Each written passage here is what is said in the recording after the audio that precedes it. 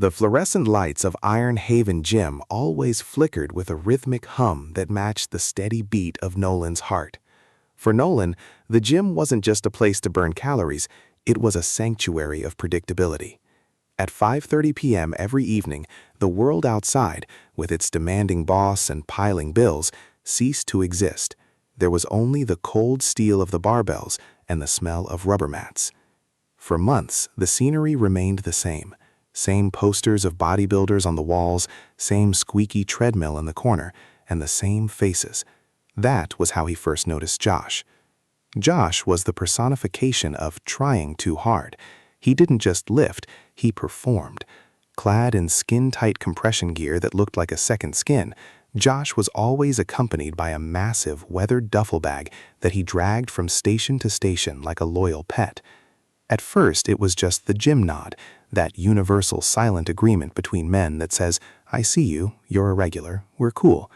But as the weeks bled into months, the nod evolved. A nod became a "what's up?" A "what's up?" became a brief comment about the humidity or the quality of the new protein powder at the front desk. Nolan, being a naturally polite person, didn't think much of it. In a world of digital isolation, a little human interaction felt grounded. "Yo, Nolan, right?" Josh asked one Tuesday, leaning against the squat rack while Nolan adjusted his belt. Nolan looked up, slightly surprised Josh knew his name. "Yeah, Josh, right?" "The one and only," Josh grinned. It was a wide, toothy smile that didn't quite reach his eyes. "I see you hitting it hard every day, man. Consistency is the only way to grow. Most of these guys, they're tourists. But you're a local." Nolan chuckled, feeling a small ego boost. "Just trying to stay in shape, man." "Respect," Josh said, doing a quick chin-up gesture. "Hey, you got a second? I'm trying to hit a personal best on the bench, and I don't trust these other clowns to spot me. You look like you actually know what you're doing." Nolan hesitated. He liked his solo routine, but in gym culture, refusing a spot is almost a sin. "Sure, man, let's do it." As Nolan stood behind a bench, he noticed the intensity in Josh's preparation. Josh didn't just lie down, he psyching himself up, whispering under his breath. When he gripped the bar, his knuckles turned white. "On 3, Josh hissed. 1, 2, 3. The weight was heavy, heavier than Nolan expected Josh to handle. On the 4th rep, the bar slowed down, hovering dangerously over Josh's chest. Josh's face turned a deep shade of purple, his veins bulging like thick cords. Nolan placed his fingers lightly under the bar, guiding it up just enough to keep the momentum going. Got it, Josh grunted. When the bar finally clicked back into the rack, Josh sat up instantly, chest heaving. He didn't take a moment to recover. Instead, he started talking, fast. "Man, you're a lifesaver, seriously. Where are you from, Nolan? You live around here? I work over at the tech park, but I'm thinking of moving closer to this area. It's got a better vibe, you know?" The barrage of questions felt like a sudden rainstorm. Nolan answered cautiously. "I'm over by the East District, work in insurance. It's quiet." "East District? No way," Josh laughed, a loud, barking sound that made a few people turn their heads. "I'm right there too. Small world, man. We're practically neighbors. This is destiny, bro. We're meant to be training partners." He pulled out his phone. The screen cracked in a spiderweb pattern. "Hey, you on Insta? Let's swap socials. Easier to coordinate sessions than texting." Nolan felt a slight prickle of unease, but his social conditioning won out. It was just Instagram. Everyone had it. He typed in his handle, watched Josh hit follow, and then followed him back. "Awesome," Josh said, his eyes glued to Nolan's profile as he scrolled through old photos. "See you around, neighbor." As Nolan walked back to his own rack, he felt a strange sensation in the small of his back, the feeling of being watched. He turned around, and sure enough, Josh was still sitting on the bench, his phone held at chest height, staring directly at Nolan. When their eyes met, Josh didn't look away. He just winked. Nolan went home that night and checked Josh's profile. It was intense. Dozens of selfies in the gym mirror, motivational quotes about grinding in the dark, and videos of Josh doing voices, cartoon characters, movie villains, strange high-pitched shrieks. No one chuckled. He's just a weird, lonely gym rat, he thought. He didn't realize that by clicking follow, he had just opened the door to his own home. For the next 2 weeks, Josh became a permanent fixture in Nolan's life. It started with digital pings, Instagram DMs at 11 p.m., sharing fails of other lifters or heavy metal-infused workout edits. Nolan would respond with a simple haha or a thumbs up, trying to keep a polite distance. But at the gym, offering unsolicited advice. "Keep your elbows tucked, Nolan," Or, "You're breathing too shallow, man. Watch me."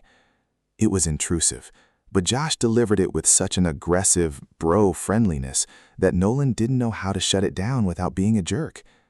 Then came the invitation that changed everything. "Hey Nolan, huge festival downtown this Saturday. Food trucks, live bands, and apparently the best local beer in the state," Josh said, wiping sweat from his forehead with a gym towel that smelled faintly of sour milk. "I'm going, you're going. No excuses.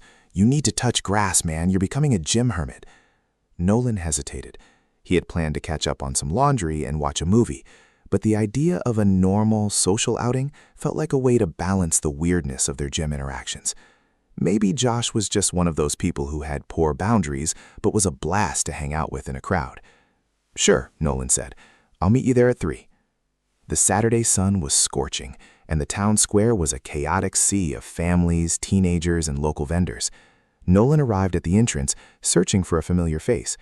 He found Josh standing near a kettle corn stand, and for a moment, Nolan didn't recognize him. Without the gym clothes, Josh looked sharper. He wore a shirt that was 2 sizes too small, his muscles bulging unnaturally. But it was his energy that had changed. In the gym, he was intense but somewhat contained. Here, under the open sky, he was vibrating. "Nolan, the man, the myth!" Josh screamed, loud enough to make a passing elderly couple jump. He lunged forward and slapped Nolan on the shoulder so hard it left a stinging heat. "Hey Josh, calm down, man. I'm right here," Nolan laughed nervously. "I'm hyped, bro. This is our first official out-of-iron excursion," Josh shouted. Then, without warning, his face contorted.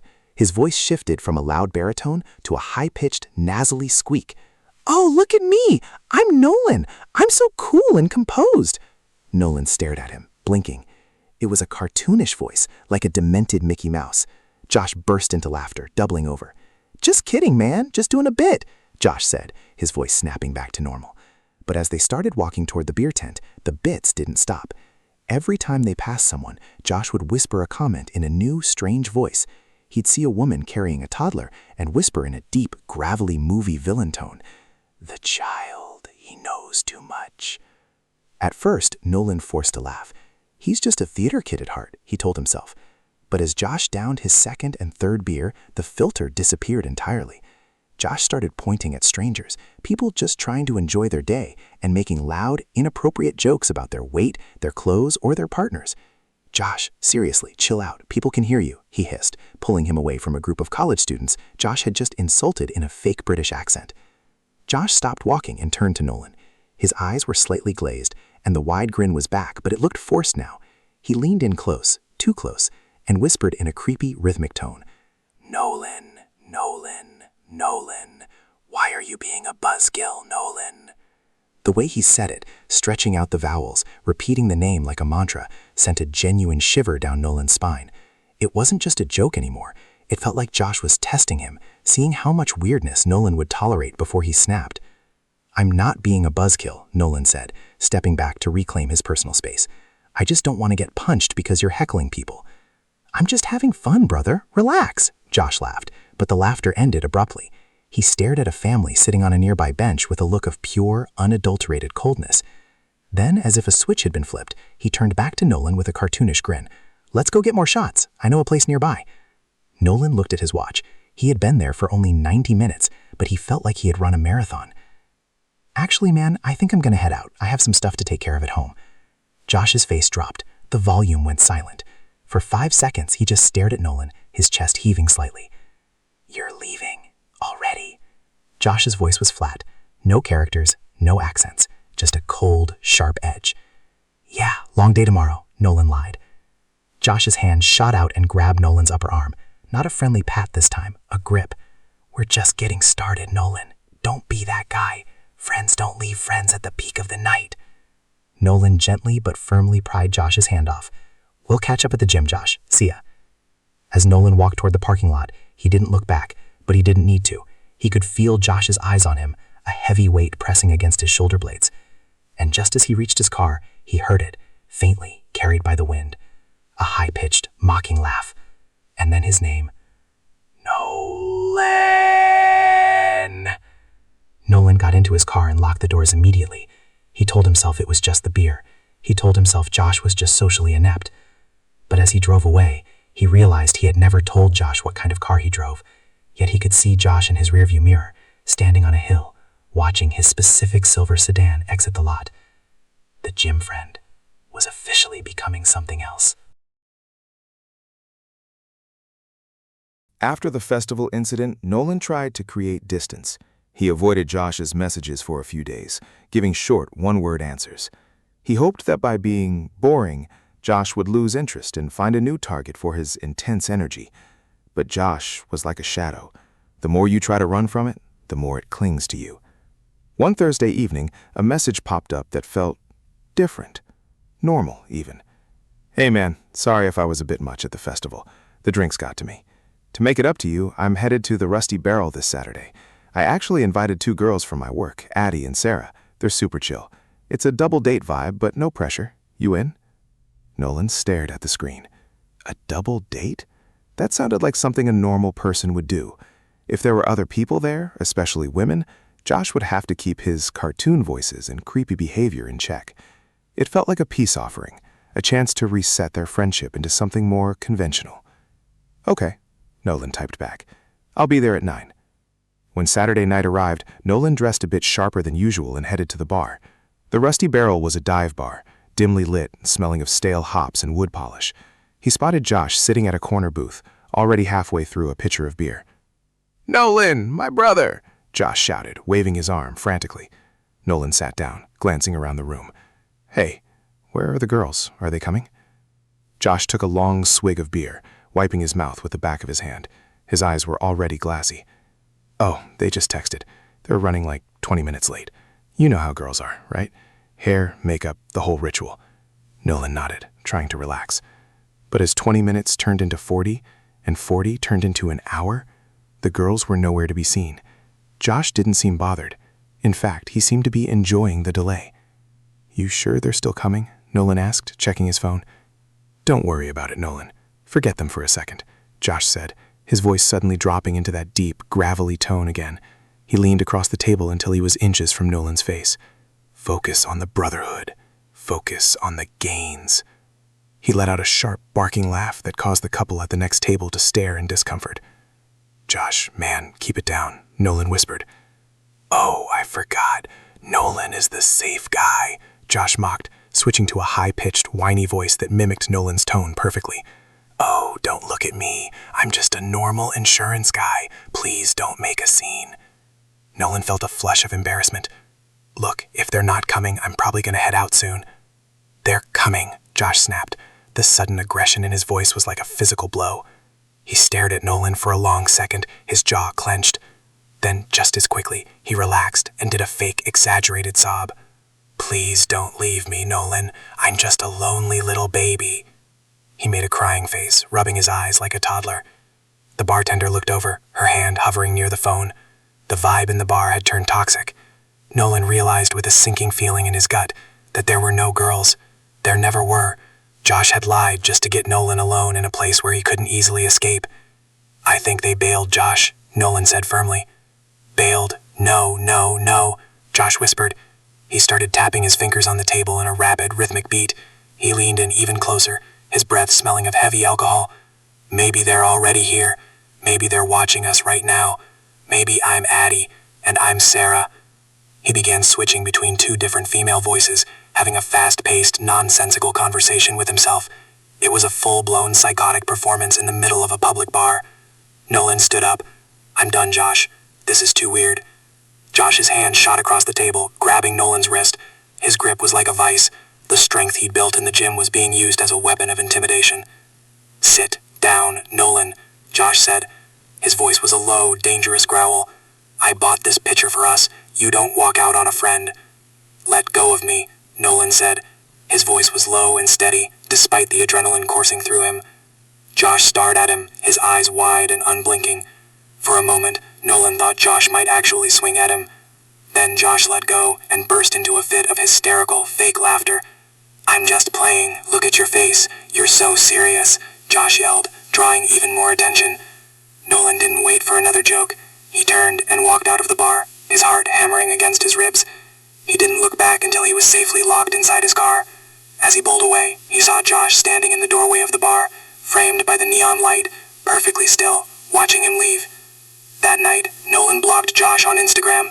He thought that would be the end of it. He didn't know that for a predator like Josh, being blocked was just a new challenge. When Nolan got home, he checked his front door twice. He went to bed, but every sound, the settling of the house, the wind in the trees, sounded like a voice. Specifically, his own name, whispered in a voice that wasn't his. For Nolan, the gym was no longer a sanctuary. It was a battlefield of nerves. After blocking Josh on Instagram, Nolan hoped for a clean break, but he had forgotten one crucial detail. A digital block doesn't stop a physical person. The following Monday, Nolan went to the gym, his heart heavy with dread. He chose a corner far from the bench racks, focusing on isolation exercises. But within minutes, the air behind him shifted. He didn't need to turn around to know who it was. The smell of that same sour milk gym towel gave it away. "Why the radio silence, Nolan?" Josh's voice was a low, conversational hum. He was standing directly behind Nolan as he sat on the shoulder press machine. "Friends don't block friends. It's bad for the gains. It's bad for the energy." "I'm busy, Josh. I'm here to work out, not talk," Nolan said, keeping his eyes fixed on the mirror. In the reflection, he saw Josh tilt his head at an unnatural angle. Then the voice shifted. Josh began to whisper in a high, squeaky tone, the voice of a small child. "Oh, look at Mr. Tough Guy. He's so serious. He's so focused." He giggled, a sharp, jarring sound that cut through the gym's heavy metal soundtrack. Nolan stood up, his blood boiling. "Stop it, Josh. Get away from me." He moved to a different floor, but Josh followed. If Nolan sat on a bench, Josh sat on the one next to it. If Nolan went to get water, Josh was already at the fountain. The worst part was the phone. Every time Nolan looked in the mirror, he saw Josh holding his phone at chest level, the lens pointed directly at him. Nolan realized then that Josh wasn't just working out, he was documenting. That night, Nolan made a decision. He began changing his routine. He went at 5 a.m. instead of 5 p.m. He went to a different branch across town. For 3 days, he felt a sense of freedom. He thought he had outsmarted the shadow. But the shadow had already learned his secrets. It was a Tuesday night, around 1 a.m. A thick, humid heat hung over the town. Nolan was lying in bed, the window cracked open to catch a breeze. Just as he was drifting into sleep, a sound sliced through the silence. It wasn't a loud sound. It was a rhythmic, sing-song whisper coming directly outside his first-floor window. "Nolan, Nolan, come out and play, Nolan." Nolan's eyes snapped open, his heart hammered against his ribs like a trapped bird. He froze, barely breathing. The voice was distorted, low, drawn out, and intentionally spooky. It was the villain voice Josh had used at the festival. "Josh," Nolan whispered, his voice trembling. He didn't mean to say it, but the name slipped out. The whispering stopped instantly. The silence that followed was even more terrifying. Nolan crept toward the window and peeked through the blinds. The backyard was a sea of gray shadows. He saw the gate at the back of his property. It was slightly ajar. Nolan's stomach turned. He had never given Josh his address. He had only mentioned the East District. This meant Josh had followed him home from the gym or the bar. He had watched Nolan pull into his driveway. He had mapped out Nolan's life while Nolan was busy trying to ignore him. Nolan grabbed his phone and sent a message to the now unblocked account. "Are you outside my house? I'm calling the police." The scene receipt appeared almost instantly. A minute passed, then another. Finally, a one-word reply came back. "No." No explanation. No, what are you talking about?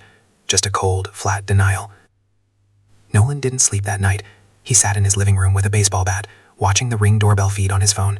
Every time a tree branch moved or a stray cat triggered the sensor, he jumped. He realized then that Josh didn't just want to be his friend. Josh wanted to own his peace of mind. And as the sun began to rise, Nolan looked out into his backyard and saw something that made him sick. A single gym shaker bottle, identical to the one Josh always carried, sitting perfectly centered on his back porch step. A calling card. The shadow was no longer just watching. It had moved inside the perimeter. The shaker bottle on the back porch was a message, "I can touch your world whenever I want." Nolan didn't touch it. He photographed it, threw it into the trash with a pair of pliers, and spent the rest of the morning scrubbing his hands until they were raw. The sanctuary of his home had been violated. For the next few days, Nolan operated on pure adrenaline. He stopped going to the gym entirely. He stayed late at work, not because he had extra tasks, but because the bright office lights and the presence of other people felt like a shield. But the moment he drove into his neighborhood, the dread returned. On Friday, it escalated. Nolan returned home to find his mailbox hanging at a strange angle. When he opened it, there was no mail, only a handful of chalk, gym chalk, fine white powder that coated his fingers as he reached inside. It was a taunt, a reminder of where they met, smeared across his personal correspondence. "That's it," Nolan hissed. He went inside and began researching high-end security systems. He spent nearly $1,000 on ring cameras, floodlights, and reinforced strike plates for his doors. He was building a fortress, but a fortress only works if the enemy stays on the outside. That night, the heat was stifling. Around 2 a.m., the motion alert on his phone chimed. Nolan lunged for the device. The back porch camera showed a grainy black and white feed of his yard. A figure was standing by the fence. It was Josh, wearing a dark hoodie, his face obscured. He wasn't moving. He was just standing. Nolan watched the screen, his breath hitching. Then Josh moved. He walked toward the camera until his face filled the entire frame. He wasn't wearing a mask, but his expression was so distorted it might as well have been one. He began to move his lips. There was no audio, but Nolan could read them perfectly. "No, Lan. No, Lan." Then Josh pulled a long, serrated blade from his waistband. He didn't head for the door. Instead, he walked over to Nolan's prized mountain bike, which was locked to a post on the patio. With a sudden, violent burst of energy, Josh didn't try to steal it. He began to hack at the tires, then the seat, his movements jagged and manic. "Hey!" Nolan screamed, throwing open his second-story window. "I'm calling the cops, Josh! Get out!" Josh stopped. He looked up at the window, gave a slow, exaggerated wave, using the hand holding the knife, and then vanished into the darkness of the tree line with terrifying speed. By the time the police arrived, Josh was long gone. Nolan showed them the footage, but the officer sighed. "He's wearing a hoodie and he didn't try to enter the dwelling. We can file a report for property damage, but a restraining order takes time, especially if we can't prove intent to harm a person." "He has a knife!" Nolan shouted, pointing at the shredded tires of his bike. "He was at my window! He knows my routine!" "We'll patrol the area, sir. Just keep your doors locked," his voice flat. When the police left, Nolan felt a cold, hard realization sink in. The law was a slow-moving machine, but Josh was fast. Josh was a predator who didn't follow rules. The next morning, Nolan walked out to his car to go get breakfast. He stopped dead. His rear driver's side tire was completely flat. A clean surgical slice ran through the sidewall. It wasn't just a prank anymore. This was a systematic dismantling of Nolan's life.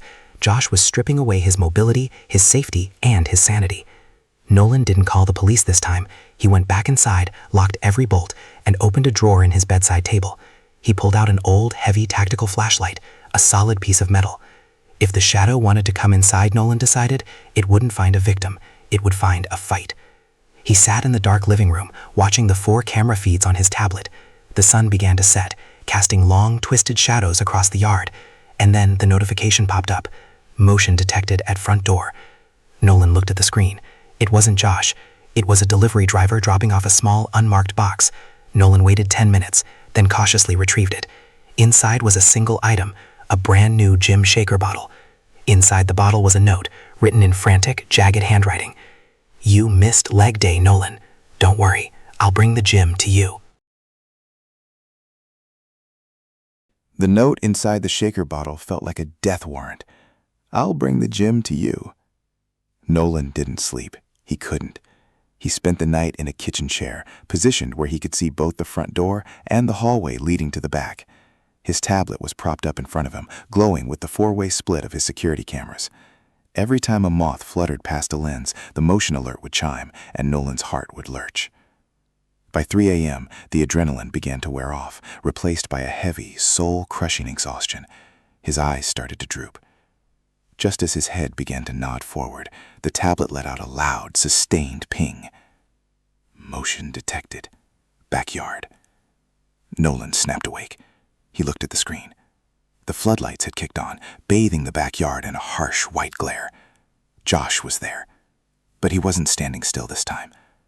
Josh was dressed in full gym attire, the tight compression shirt, the lifting belt, the gloves. He was carrying a heavy iron plate, a 45-pounder from a barbell set. He walked toward the back sliding glass door with a terrifying, rhythmic stride. Nolan grabbed his phone to dial 911, but his fingers were shaking so violently he dropped it. As he reached down to grab it, he heard a sound that made his blood turn to ice. Clang! Josh had dropped the iron plate onto the concrete patio. Then, through the tablet's audio feed, a voice erupted. It was a deep, guttural roar, the kind of sound a powerlifter makes before a record-breaking lift. Nolan! Set 1! Begin! Crash!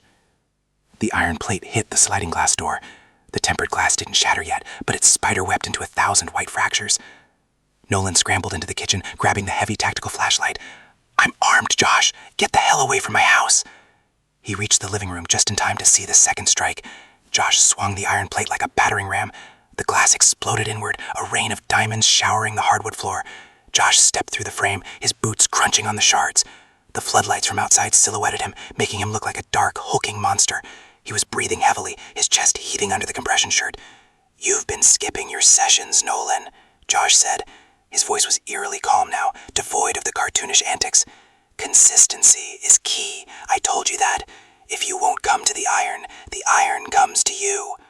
He dropped the 45-pound plate on the floor with a bone-shaking thud. He started to unbuckle his lifting belt, his eyes fixed on Nolan with a predatory intensity.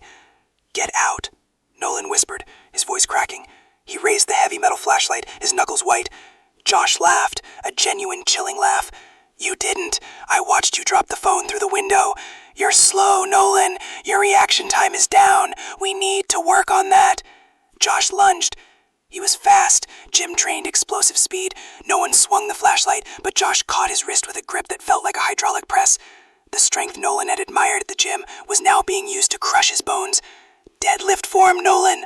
Pivot, Josh roared, throwing his weight forward. They crashed into the coffee table, splintering the wood. Nolan struggled, kicking and clawing, but Josh was a mass of focused, manic muscle. He pinned Nolan to the floor, his knees digging into Nolan's shoulders. Josh leaned down, his face inches from Nolan's. Up close, no one could see the madness in his pupils. They were dilated, twitching. Josh began to whisper, shifting his voice into that high-pitched, creepy, nasally cone one last time. Nolan, do you think we're finally best friends now? Just as Josh raised a fist to strike, the neighborhood was flooded with a different kind of light. Blue and red strobes reflected off the broken glass, dancing across the walls. The sound of a siren wailed, growing louder by the second. Josh froze. He looked toward the shattered door, then back at Nolan. For a split second, the mask of madness slipped, and he looked confused, like a child caught doing something wrong. He didn't run.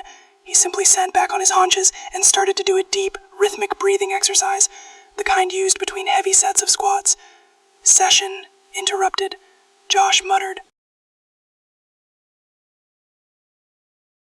Police! Don't move! Get on the ground! The commands were sharp, echoing off the bare walls. To Nolan's shock, Josh didn't resist. He stood up slowly, his hands raised, a serene, almost triumphant smile plastered across his face. As the officers tackled him to the floor and ratcheted the handcuffs tight around his wrists, Josh looked back at Nolan and winked. See you at the next session, partner, Josh whispered. His voice was perfectly normal, which was somehow more terrifying than Sareem's. Nolan sat on his porch, wrapped in a shock blanket, watching the officers lead Josh away. One of the officers, a seasoned sergeant named Miller, sat down next to him. We got him, kid. Breaking and entering, felony assault, stalking. He's going away for a long time, Miller said, but his expression was troubled. But there's something you need to see. We searched his duffel bag, the one he was carrying in the yard. Nolan followed Miller to the back of the squad car.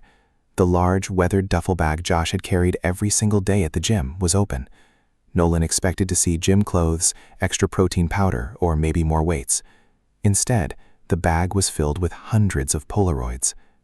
Nolan's breath hitched as he looked at them. They weren't just photos of him at the gym. There were photos of Nolan at the grocery store, photos of Nolan pumping gas at 11 p.m., photos of Nolan's front door from a distance. But the most disturbing ones were the close-ups. There were photos of Nolan sleeping, taken through the very window Nolan had kept cracked for the summer breeze. Josh hadn't just been outside the house, he had been standing at the glass, inches from Nolan's face, while he slept for weeks. "That's not all," Miller said, pulling out a thick leather-bound notebook. Nolan opened it. It was a workout log, but it didn't track Josh's lifts. It tracked Nolan's life. Tuesday, 6:12 p.m. Nolan looked tired today. He struggled on his third set of curls. "I'll bring him extra caffeine soon." Thursday, 1:45 a.m. Nolan's light is still on. He's reading. He needs more rest if he wants to grow. Saturday festival. Nolan tried to leave. He doesn't understand the bond yet. I have to show him the voices. The voices make us closer. The logs went back 6 months, long before Nolan had ever even noticed Josh at the gym. Josh had selected him as a partner before they had ever exchanged a single nod. As Nolan flipped to the last page, his heart stopped. There was a hand-drawn map of his house, every room, every window, every lock. Underneath the map was a single sentence written in heavy black ink. "If he won't come to the gym, I will make his house the gym. I am the trainer. He is the project." "We also found this in the side pocket," Miller added, holding up a small plastic bag. Inside was a spare key to Nolan's back door. Nolan stared at it, confused. I never lost my key." "Check your keychain, Nolan," the officer suggested. Nolan ran to his kitchen and grabbed his keys. They were all there. But as he looked closer, he realized his back door key was slightly shinier than the others. It was a duplicate. Josh hadn't just followed him. At some point, perhaps while Nolan was in the shower at the gym or distracted during a set, Josh had taken Nolan's keys, gone to a hardware store, made a copy, and returned them without Nolan ever knowing. The realization hit Nolan like a physical weight. Josh had had access to his home for months. Every night Nolan thought he was alone, Josh could have been standing in the hallway, watching him breathe. As the tow truck arrived to take Josh's car away, the sergeant looked at Nolan. "We're going to search his apartment now. If we find more, I'll let you know. But for tonight, I'd suggest staying with a friend." Nolan nodded, but he knew he couldn't go to a friend's house. He didn't want to bring this shadow into anyone else's life. He sat in his broken living room, surrounded by glass shards and the heavy scent of gym chalk, realizing that even though Josh was behind bars, the project was far from over. Because as the police car drove away, Nolan's phone buzzed in his pocket. It was a notification from a new anonymous Instagram account. No profile picture, no followers, just one message. "The first set is always the hardest. Ready for round 2. Nolan didn't stay another night in that house. He packed a single suitcase, left the broken glass where it lay, and checked into a motel 3 towns over under a fake name. He spent the next week in a blur of motion, listing his house for rent, changing his phone number, and finally resigning from his job. He needed to disappear. He moved to a small, nondescript apartment complex 2 hours north. It was a fresh start. No gym memberships, no social media, no routines. He took a job at a warehouse where he was just a nameless face in a high-vis vest. For a month, there was silence. Nolan began to breathe again. He started to think that maybe the Instagram message had been a parting shot, a pre-scheduled taunt from a man who knew he was caught. But then, the coincidences started. It began at his new job. One afternoon, Nolan walked into the break room and found a gallon of distilled water sitting on his lunch bag. Taped to the side was a small packet of electrolyte powder, the exact brand Josh used to obsess over. There was no note. Nolan looked around the room, but his coworkers were all busy staring at their phones or complaining about the heat. 2 days later, he walked to his car after a long shift. Tucked under his windshield wiper was a flyer for a local underground powerlifting meet. Across the top, someone had circled the words community and loyalty in bright yellow highlighter. The knot in Nolan's stomach returned, tighter than ever. How? He had moved? He had changed his name on his utility bills? He had told no one. That night, Nolan sat in his dark apartment, staring at the door. He realized he hadn't just been running from a man, he had been running from a subculture. He went to his laptop and did something he had promised himself he wouldn't do. He looked up the Iron Haven gym community. He found a private Facebook group called the Disciples Bench. It was a group dedicated to extreme mental and physical conditioning. As he scrolled through the members, he saw dozens of guys like Josh, fitted shirts, shaker bottles, intense, unblinking stares in their profile pictures. Then he saw a post from 3 days ago. It was a photo of Nolan, not an old one, a photo of him walking into his new apartment complex, carrying a bag of groceries. The caption read, "Our brother is in a cage, but the project continues. Don't let him lose his gains. Keep him focused. Hashtag Iron Brotherhood, hashtag no rest days." Nolan felt a wave of nausea. Josh wasn't a lone wolf. He was part of a hive mind of obsessed, socially isolated men who saw loyalty as a form of stalking.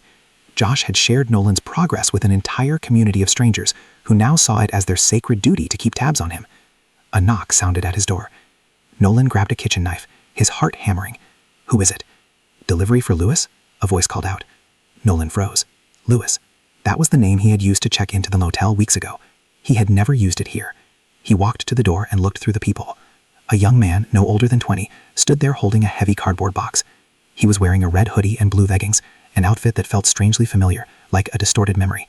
The kid looked normal, but he was staring at the door with a fixed, vacant intensity. "I didn't order anything," Nolan said through the wood. "It's a gift from the coach," the kid said. His voice shifted, suddenly becoming deep and scratchy, a perfect imitation of one of Josh's voices. "You're falling behind on your macros, Nolan. The coach says, eat up." The kid dropped the box and walked away, his gait rhythmic and stiff. Nolan waited until he heard the elevator doors close before he opened the door.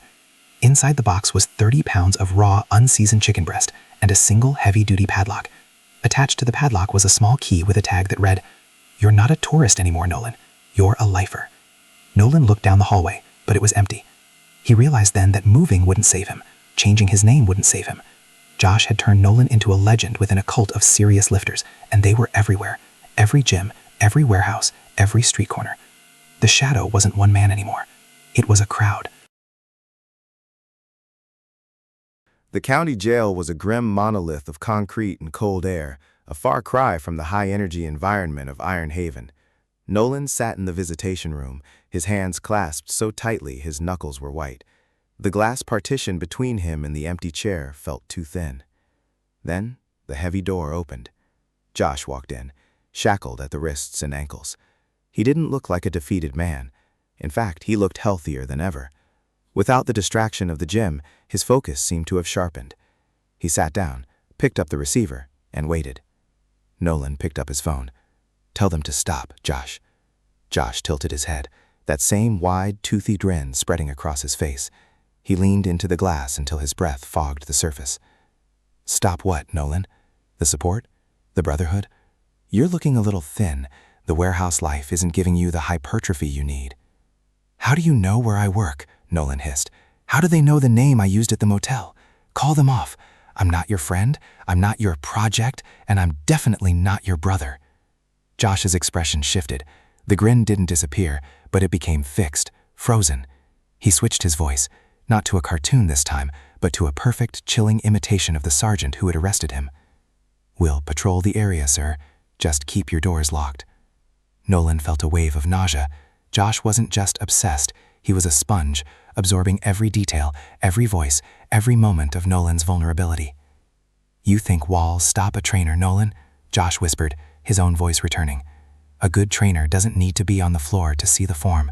I've built a community. They see you. They love your progress.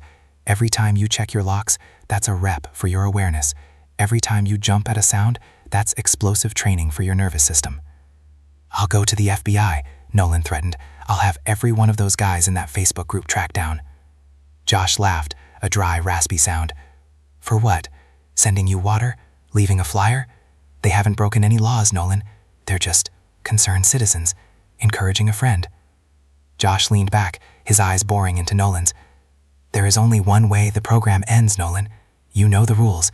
You don't quit a set halfway through. You finish the lift, or the weight crushes you." "What do you want?" Nolan asked, his voice breaking. "I want you to acknowledge the bond," Josh said, his voice dropping to a low, rhythmic drone. "Say it. Say we're partners. Say you'll never stop the grind. If you accept the lifestyle, the coincidences stop. We won't need to monitor you anymore because you'll be one of us." Nolan stared at the man behind the glass. He realized Josh was offering him a choice, a lifetime of being hunted or a lifetime of being barred of the madness. Josh wanted a psychological surrender. He wanted Nolan to admit that the gym shadow had won. Nolan looked at the camera in the corner of the room. He looked at the guards. Then he looked back at Josh. He realized that Josh was waiting for a reaction, any reaction, to feed his delusion. Nolan didn't say the words. Instead, he did something Josh hadn't prepared for. He hung up the receiver. He didn't yell. He didn't cry. He simply sat there, staring at Josh with a look of pure, empty indifference. He watched Josh's face twitch. He watched the grin falter as the silence stretched from seconds into a minute. Josh picked up the receiver and started banging it against the glass. "Answer me. Is the form correct? Are we finishing the set?" Nolan stood up slowly. He didn't look at Josh's face. He looked at Josh's hands, the hands that had held the 45-pound plate, the hands that had slashed his tires. They were shaking. As Nolan walked toward the exit, he heard Josh erupt into a frantic medley of voices: Mickey Mouse, a movie villain, a crying baby, a screaming drill sergeant. The cacophony followed him all the way to the heavy steel doors. Nolan stepped out into the sunlight. He knew the brothers were probably watching from a car across the street. He knew the gifts might still come. But as he reached his car, he realized he wasn't afraid anymore. He was angry. He pulled out his phone and opened the Disciples Bench group. He didn't report it. He didn't leave. He posted his single photo, the interior of the jail visitation room. The caption: "The coach is failing his sets. He's weak. He's compromised. Who's next?"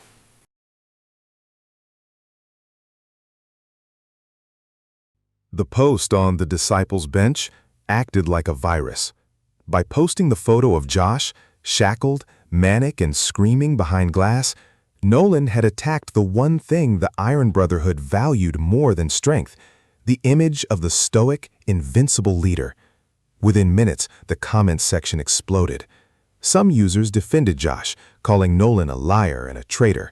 But others, the ones who lived for the cold, hard logic of the gym, began to question.